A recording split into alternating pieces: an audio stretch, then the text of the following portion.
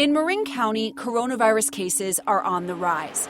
San Quentin Prison has the largest outbreak, but take those numbers out of the equation, and more than half of all the cases in the county are concentrated here.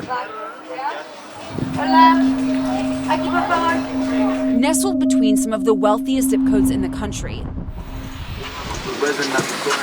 the canal looks and feels a lot different than much of its neighboring communities. It's 80% Latino and largely low income. You won't find the mansions here, rather the densely crowded apartments of the county's essential workers. Mi nombre es Crisalia Calderón. Crisalia Calderon is an immigrant from Guatemala who works as a housekeeper and lives in a 3-bedroom apartment in the canal with 9 of her family members, including 2 of her children with underlying health conditions. She and her husband both recently had coronavirus. She has since tested negative, but when she was positive, she let her clients know and stopped working. Some reacted, "I hope you are well, you and your family." And others asked, "Why? Didn't you take care of yourself?"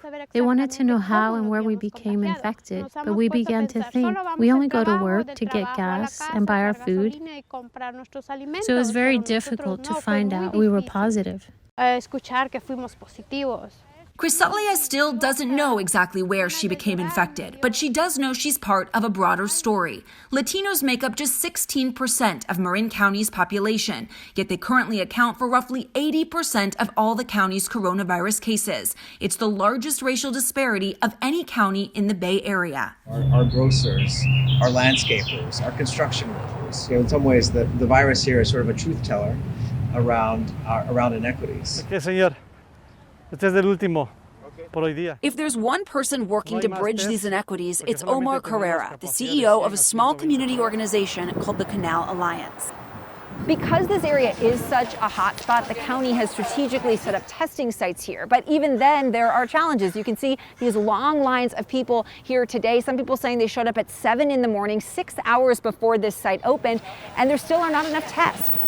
I'm going to tell a lot of people that all the tests distributed for today, there's going to be a lot of people that are disappointed, but it is what it is. I cannot control how many tests we can do per day.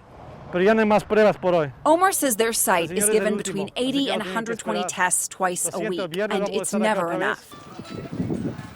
Yo pedí ayuda. Me llamó el condado de Marin. I asked for help. Marin County called me. They told me, "You tested positive. You need to be home. Get away from your family, get away from your children." I could not leave my children, and where was I going to go? I need food for my children, or to pay the rent. "Don't worry," he told me. "Tomorrow we're going to help you." What did they bring me? A potato, 2 squash, expired ground meat for hamburgers. What could I do with those things?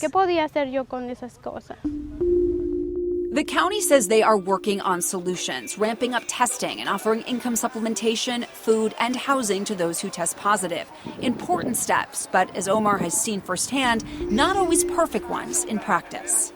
So this idea that I stay home, safe, and shelter myself, and I don't care about what's happening around me, that is the wrong perception of the issue.